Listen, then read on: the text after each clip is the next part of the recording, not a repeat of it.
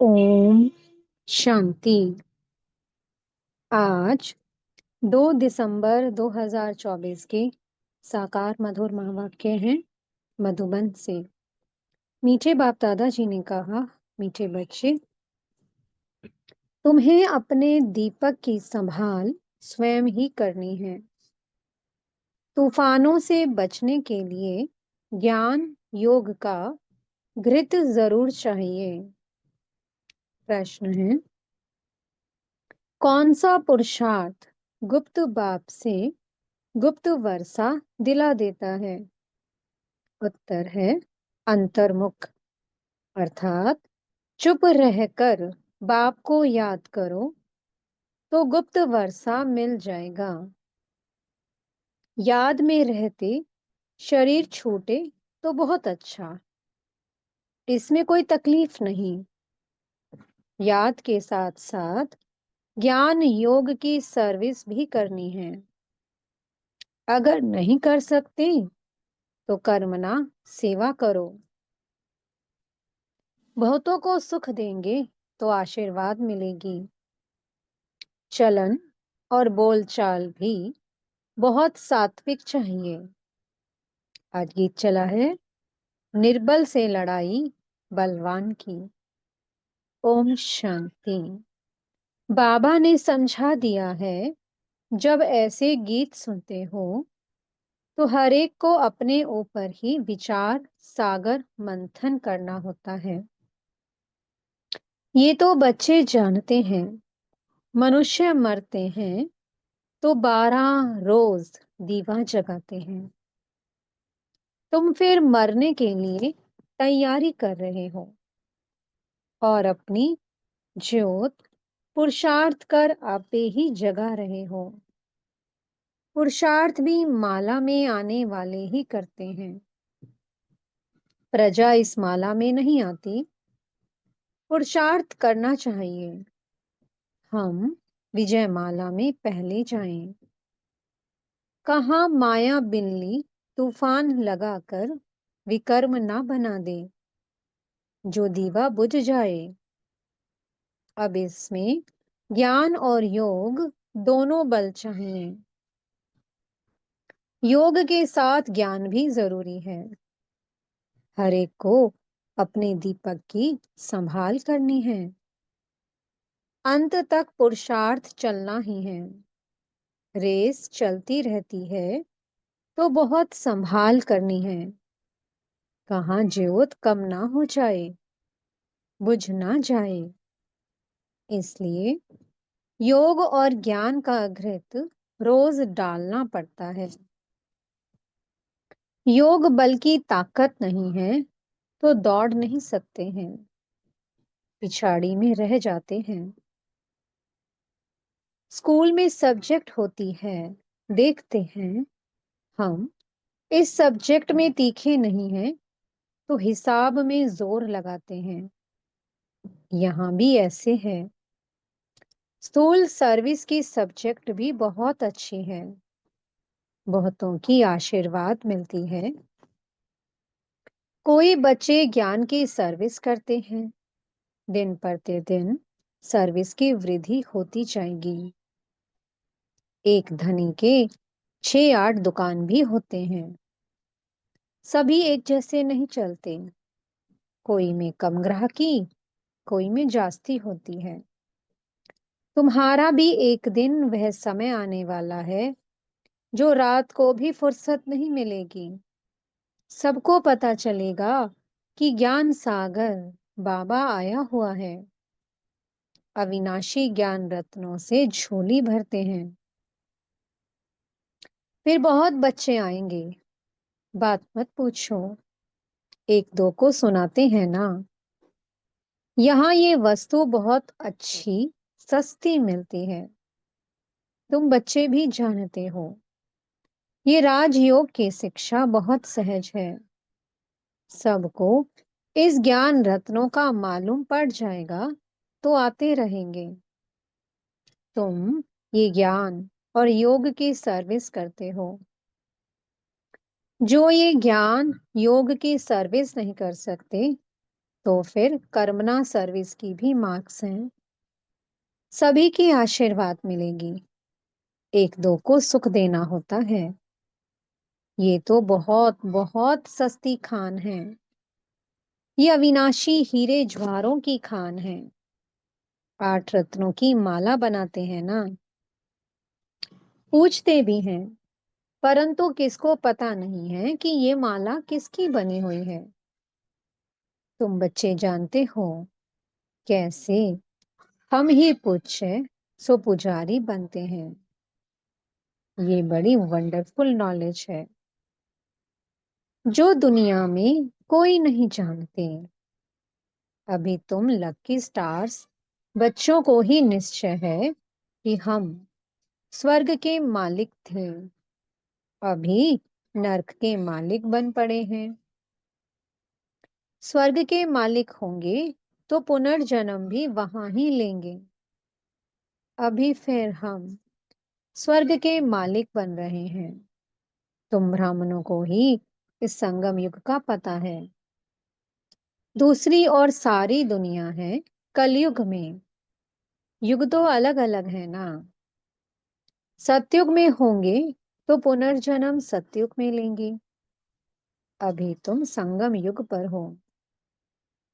तुम्हारे से कोई शरीर छोड़ेंगे तो संस्कारों अनुसार फिर यहाँ ही आकर जन्म लेंगे। तुम ब्राह्मण हो संगम युग के, वो शूद्र हैं कलयुग के। ये नॉलेज भी तुमको इस संगम पर मिलती है। तुम भी के ज्ञान गंगाएं प्रैक्टिकल में अब संगम युग पर हो। अभी तुमको रेस करनी है, दुकान संभालनी है। ज्ञान योग की धारणा नहीं होगी तो दुकान संभाल नहीं सकेंगे। सर्विस का उजूरा तो बाबा देने वाला है। यज्ञ रचा जाता है तो किस्म किस्म के ब्राह्मण लोग आ जाते हैं। फिर किसको दक्षिणा जास्ती किसको कम मिलती है। अब ये परमपिता परमात्मा ने रुद्र ज्ञान यज्ञ रचा है। हम हैं ब्राह्मण। हमारा धंधा ही है मनुष्य को देवता बनाना। ऐसा यज्ञ और कोई होता नहीं। जो कोई कहे कि हम इस यज्ञ से मनुष्य से देवता बन रहे हैं, अब इसको रुद्र ज्ञान यज्ञ अथवा पाठशाला भी कहा जाता है। ज्ञान और योग से हर एक बच्चा देवी देवता पद पा सकता है।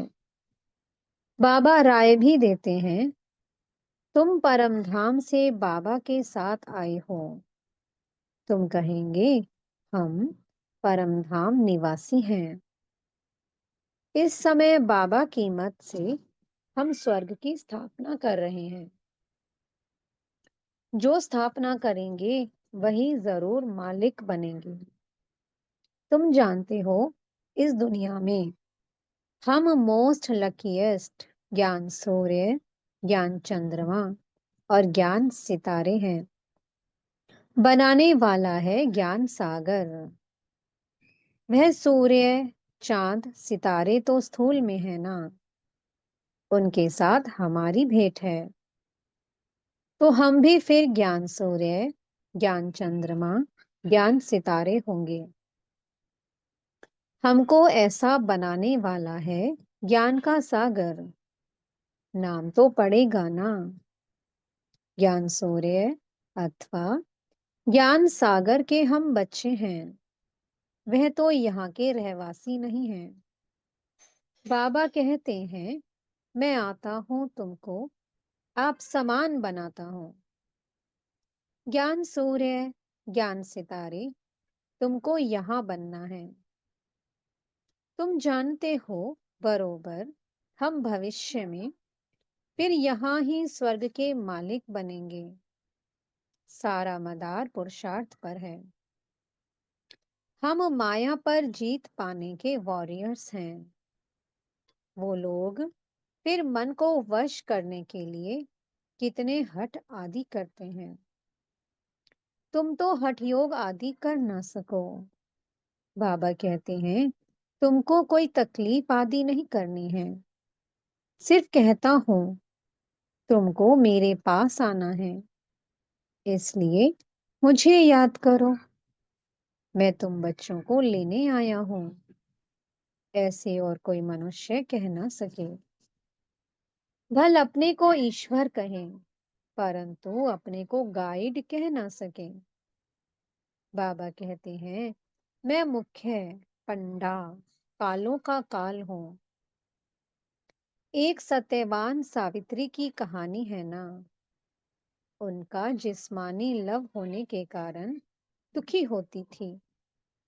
तुम तो खुश होते हो। मैं तुम्हारी आत्मा को ले जाऊंगा। तुम कभी दुखी नहीं होंगे। जानते हो, हमारा बाबा आया है स्वीट होम में ले जाने के लिए, जिसको मुक्ति धाम निर्वाण धाम कहा जाता है। कहते हैं मैं सभी कालों का काल हूँ। वह तो एक आत्मा को ले जाते हैं। मैं तो कितना बड़ा काल हूँ। 5,000 वर्ष पहले भी मैं गाइड बन सभी को ले गया था। साजन सजनियों को वापस ले जाते हैं तो उनको याद करना पड़े। तुम जानते हो, अभी हम पढ़ रहे हैं। फिर यहाँ आएंगे। पहले स्वीट होम जाएंगे, फिर नीचे आएंगे।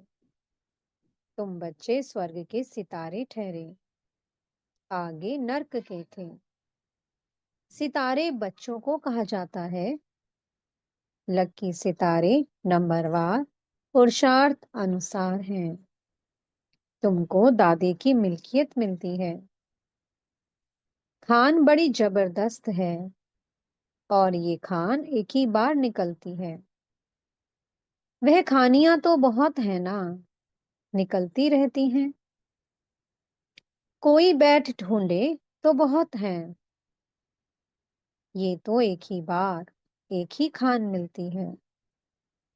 अविनाशी ज्ञान रत्नों की वह किताब तो बहुत है, परंतु उनको रत्न नहीं कहेंगे। बाबा को ज्ञान सागर कहा जाता है।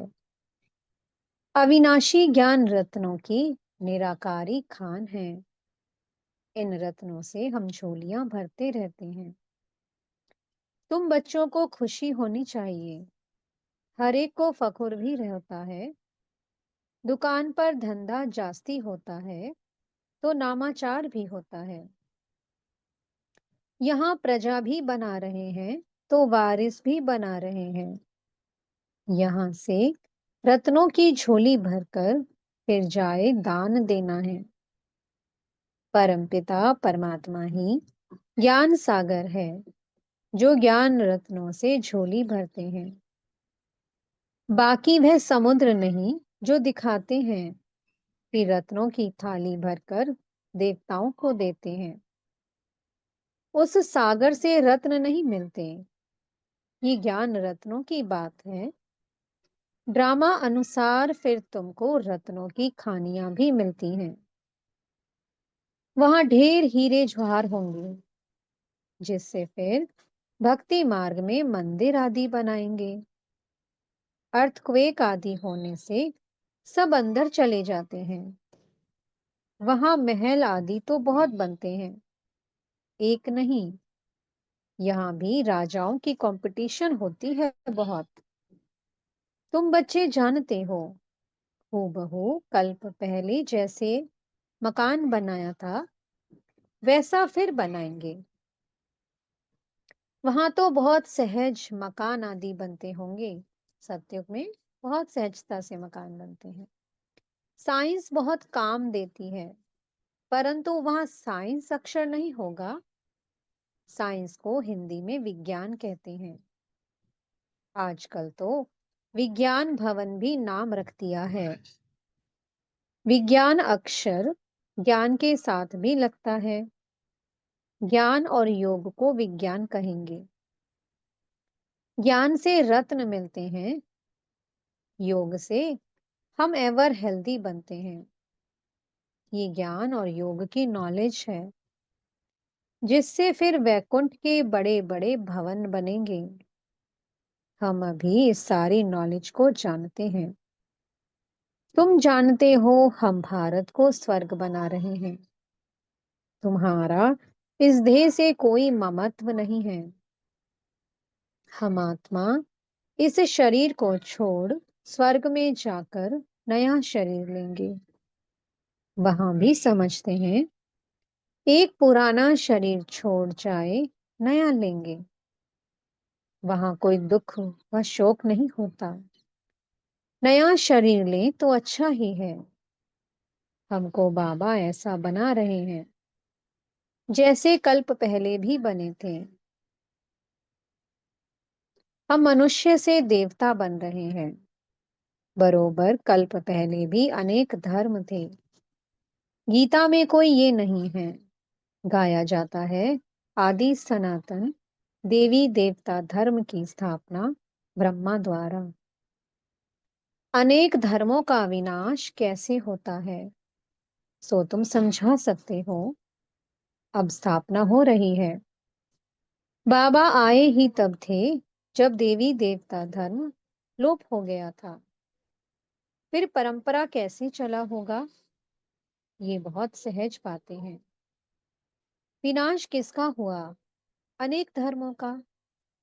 तो अभी अनेक धर्म है ना। इस समय अंत है। सारा ज्ञान बुद्धि में रहना चाहिए। ऐसे तो नहीं कि शिव बाबा ही समझाते हैं।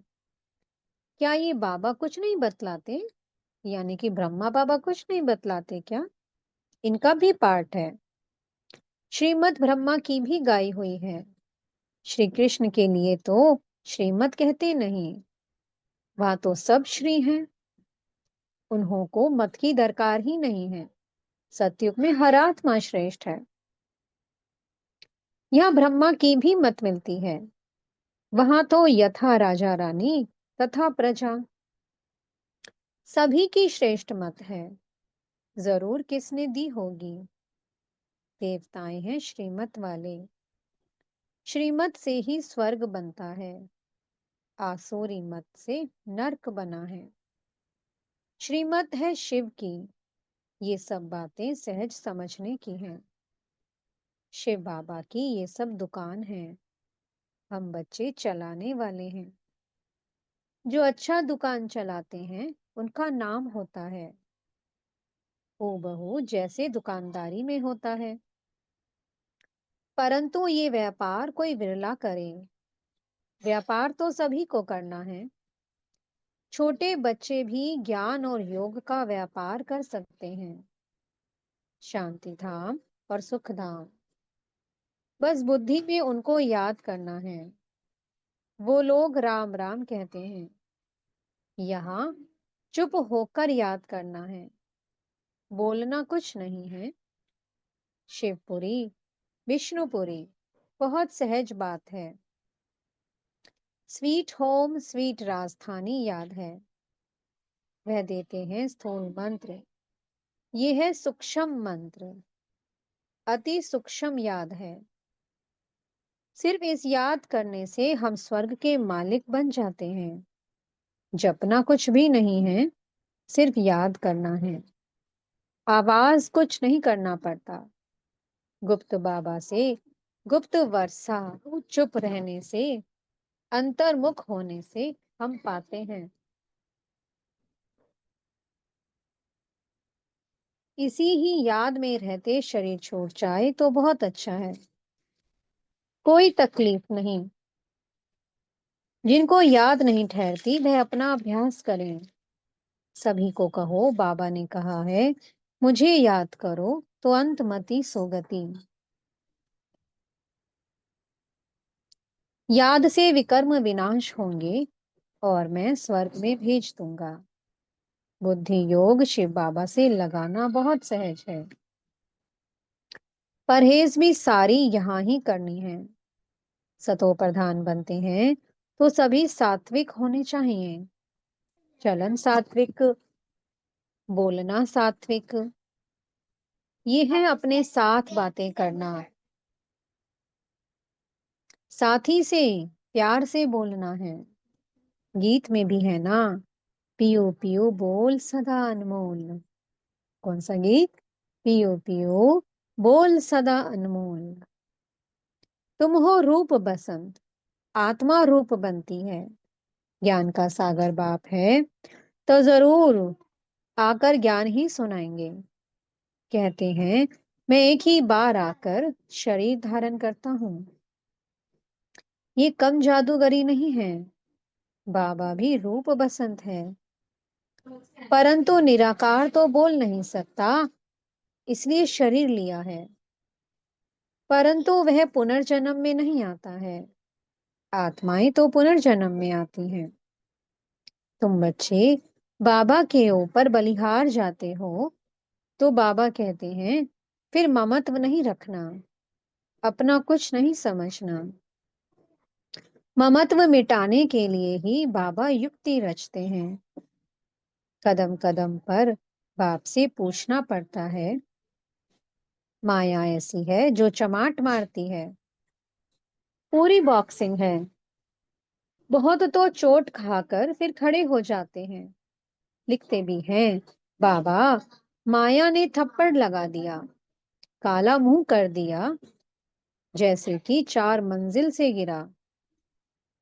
क्रोध किया तो 3rd फ्लोर से गिरा। ये बहुत समझने की बातें हैं। अब देखो, बच्चे टेप के लिए भी मांग करते रहते हैं। अब देखो, बाबा टेप भेज दो, कहते हैं बाबा से, बाबा टेप भेज दो, हम एक्यूरेट मुरली सुने। ये भी प्रबंध हो रहा है। बहुत सुनेंगे तो बहुतों के कपाट खुलेंगे, बहुतों का कल्याण होगा। मनुष्य कॉलेज खोलते हैं तो उनको दूसरे जन्म में विद्या जास्ती मिलती है। बाबा भी कहते हैं टेप मशीन खरीद करो, तो बहुतों का कल्याण हो जाएगा। अच्छा, मीठे मीठे सी कीलत बच्चों प्रति माता पिता बाप दादा का याद प्यार और गुड मॉर्निंग। रूहानी बाप की रूहानी बच्चों को नमस्ते। हम रूहानी बच्चों की मीठे रूहानी बाप दादाजी को बहुत बहुत याद प्यार, गुड मॉर्निंग और नमस्ते। धारणा के लिए मुख्य सार है। पहला पॉइंट, सतो प्रधान बनने के लिए बहुत बहुत परहेज से चलना है। अपना खान पान, बोलचाल सब सात्विक रखना है। बाप समान रूप बसंत बनना है। दूसरा पॉइंट है, अविनाशी ज्ञान रत्नों की निराकारी खान से अपनी झोली भरकर अपार खुशी में रहना है और दूसरों को भी इन रत्नों का दान देना है। मीठे सतगुरु जी वरदान दे रहे हैं। नष्टो मोहा बन, दुख अशांति के नाम निशान को समाप्त करने वाले स्मृति स्वरूप भव। जो सदा एक की स्मृति में रहते हैं, उनकी स्थिति एक रस हो जाती है। एक रस स्थिति का अर्थ है एक द्वारा सर्व संबंध, सर्व प्राप्तियों के रस का अनुभव करना। जो बाप को सर्व संबंध से अपना बनाकर स्मृति स्वरूप रहते हैं, वे सहज ही नष्टो मोहा बन जाते हैं। जो नष्टो मोहा हैं, उन्हें कभी कमाने में, धन संभालने में, किसी के बीमार होने में दुख की लहर नहीं आ सकती। नष्टो मोहा अर्थात दुख अशांति का नाम निशान ना हो, सदा बेफिक्र। स्लोगन है, क्षमाशील वह है जो रहम दिल बन सर्व को दुआएं देते रहें। ओम शांति। बहुत बहुत शुक्रिया प्यारे प्यारे हमारे मीठे मीठे बाप दादा जी का। ओम शांति।